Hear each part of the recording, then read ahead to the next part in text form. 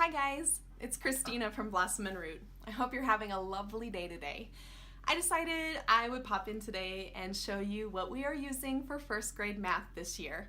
So I love using multiple resources for things. I know for some people that can be really overwhelming and it's kind of like, how do you juggle lots of different things? But for us, it really works well. So we're using three main resources this year for math. We are using Wild Math First Grade.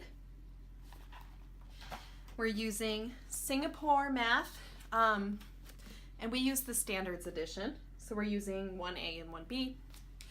And then the other thing that we use just as much as these two are games. Lots and lots of games. So I'm going to give you a peek into how we juggle these three things and what we think of the resources we're using so far. So we use Singapore Math as the spine of our math program. And my daughter has been using Singapore for the last year and a half. She used the Kindergarten Essentials program last year, B, and then we actually used the Kindergarten Essentials program A the year before that when she was still in pre-K. So she has really taken to this particular format. She really enjoys the way Singapore Math is taught. It really clicks with her. She's had success with it so far. In this, at least in the early years, it's been really easy for me to teach, even though it's a little bit different than the way I learned when I was in school. And they're pretty affordable compared to some of the options that I was considering when we were getting started, that I'm still considering for my youngest, because I don't know that this will be as good a fit for her. But she's still really young, so I'm not in any hurry to get started with her for probably another year. So we have several different things that we use with our curriculum. I did order the parent guide, the home instructor's guide this year. I did not use one for I don't even know if they make one for the Kindergarten Essentials program, and you don't need it if you're considering it. If they do have one, you don't need it.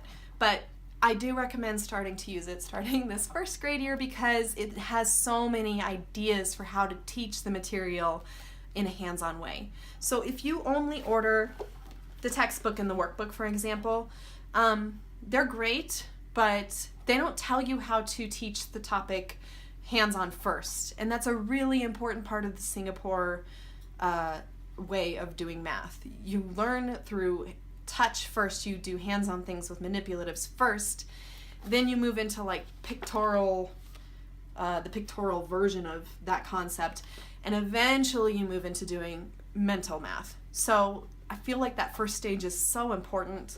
And I don't know about you guys, but for me, it can be really hard for me to come up with ideas for teaching math concepts hands-on.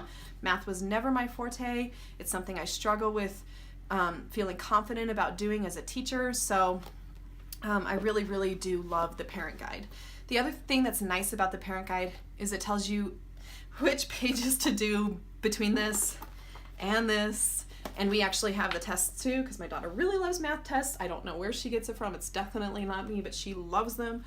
And this book kind of helps tie those things all together, so I'm not flipping through and flagging pages like, what are we supposed to do next? So if you're going to do it and you can afford it, grab the home instructor's guide too. Don't get the teacher one. It's not what you need for homeschool, and it's really expensive. Make sure you get the home instructor's guide. And it just has so many great ideas for ways to practice these facts as you're learning new concepts. So excellent. And we also use, like I said, we use the textbook. We don't write in this, so if you have multiple children and you're going to use it with multiple children, what's great is the only thing you're going to need to replace really is the workbook.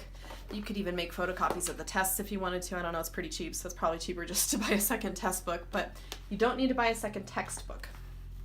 And they're bright illustrations, colorful. Some kids do well with that. Some kids prefer black and white. My daughter really likes the colored illustrations. And then we have the workbook, which gives a pretty good amount of practice. I haven't needed to add practice until just recently when we moved into adding up to 20. I did add extra practice on top of that. I'll link it below, but I found a great website where you can just tell the machine what you need worksheets for and how many you want, and it spits them out. It's great. It's for math. So I will link it below. But that is the workbook. And then we do have the tests, like I said, and I just rip them out. I don't know. I just feel like it's cheaper just to do that and order a new book because it's not that expensive compared to the cost of ink. So that's Singapore. And like I said, we use the standards edition, which I really do like a lot. Now, wild math. So I discovered wild math last spring and I was like, oh, this is the most Blossom and Rudy math ever. I love it. So I probably will never write a straight up math curriculum because, like I said, it's not my forte. I would rather put my energy into literature and science and the arts because that is my jam. Math is not my jam. But this is really fun and it really, really, really fits well with Blossom and Root if you're doing Blossom and Root early years, if you're doing Blossom and Root kindergarten, Blossom and Root first grade. I can't remember all the grades that she's come out with, but I'm sure she's planning to come out with probably all of the elementary ones. But it's just a guide of different ways to teach all the things that you work on in first grade math, but doing it outdoors and hands-on. And there have been some really, really great ideas in this book that we have loved. There was one activity where we built a simple pulley that went over a tree branch. And you put a certain amount of things in a basket and attached it to the rope over the pulley. And we would pull the basket up and we'd pull it down and let one kid take a couple things down. I'd say, okay, well, we started with 20. How many did you take? She took 3. All right, how many does that leave in the basket? And so it was so fun, and we did it until we were all out of items, and then we did it all over again. That's just one great example of the fun things there are to do in here. Another one that kids really loved was making 10 frames out of sticks and then filling them with 10 objects or 10 sticks. And it was just like a whole afternoon that they spent doing this. And so we don't follow this in a linear fashion necessarily. We don't do every activity she suggests. What we do is I kind of flag things that I like for each topic we're covering in the Singapore, and then I fit those in when we're out and about because we try to spend time outside every single day. So it's just really fun.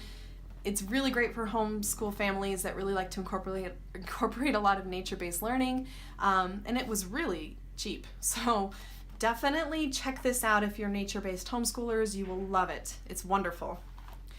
And like I said, math games are another big chunk of what we cover in our math curriculum for first grade. So we do 2 different kinds of math games. We do like board game type games and we do card game type games. And some of our favorites include Sum Swamp, which is really fun. And if you have kids, like younger siblings that are doing it, a lot of the time they can also participate if they've already started to learn some addition and subtraction if you help them out. So this is a really fun one. We have Too Many Monkeys, and we also have Rat-a-Tat-Cat, but I think I left it in the other room. But those are 2 favorite games in our home. They both concern numbers. This one is more about like sequencing numbers in the proper order, and Rat-a-Tat-Cat is addition. So those are both great. And that whole company makes excellent card games, by the way. And then I found a couple of these. My mom runs a school, and they get the Scholastic catalogs. And a couple of months ago, they had a ton of math games for like $1 in the catalog. So we haven't even opened these yet. We just got them.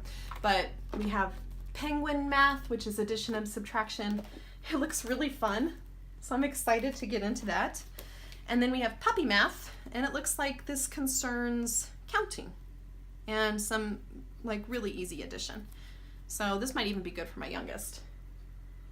So they come with pieces and stuff. I don't know, like if you are friends with anybody who's at a school, maybe ask them if you can order from their Scholastic catalog next time it comes, because you can get a lot of great stuff on there. But mostly we do lots of card games using traditional card decks. I'll link a book below that we really love, and the name of it completely escapes me right now, but it has so many ideas for card games that you can play to reinforce math concepts. So I'll link it in the show notes below this video so that you can check that book out too. I just got the ebook version of it, and when we start a new unit in the Singapore, I usually go through and try to find games that apply to the concepts we're learning in that unit. So I would say we pretty much do Singapore every single day that we do homeschool. We probably spend about 10 minutes on it most days, and that's enough. And then once a week, I like to throw in some wild math when we're out and about. And I also like to throw in at least one day where we do games So we sometimes even skip Singapore the day that we do games and just do games alone. So that's how we're doing math in first grade. It's really working well for us. It's keeping things really fun and light and pressure free. I keep our lessons really, really short, and my daughter is really loving Singapore. So if you're on the fence, and the thing is about math is that it really depends on your child and their learning style. For Blake, that is a really great fit, and definitely worth considering if you have a learner who really enjoys seeing things on paper and writing things down. If your child is more of a hands-on learner, Right Start might be an excellent way to go. I've heard great things about that program. I'm actually considering it for my youngest, who I really don't know if Singapore will be as good a fit for, because she does not enjoy book work as much. She really likes to touch things and move things and manipulate things with her hands. So that might be a better fit for her. But there are so many different programs, and unfortunately it's hard to know which one your child is going to really thrive with. So, but Singapore gets our vote for excellent for Blake. So I hope this video was helpful to you. Thank you so much for tuning in. And feel free to share in the comments what you're doing for math this year, because we would love to know. And I'm sure a lot of the other parents who are watching this video would like to know too. And have a great day. Thank you so much for tuning in. Bye for now.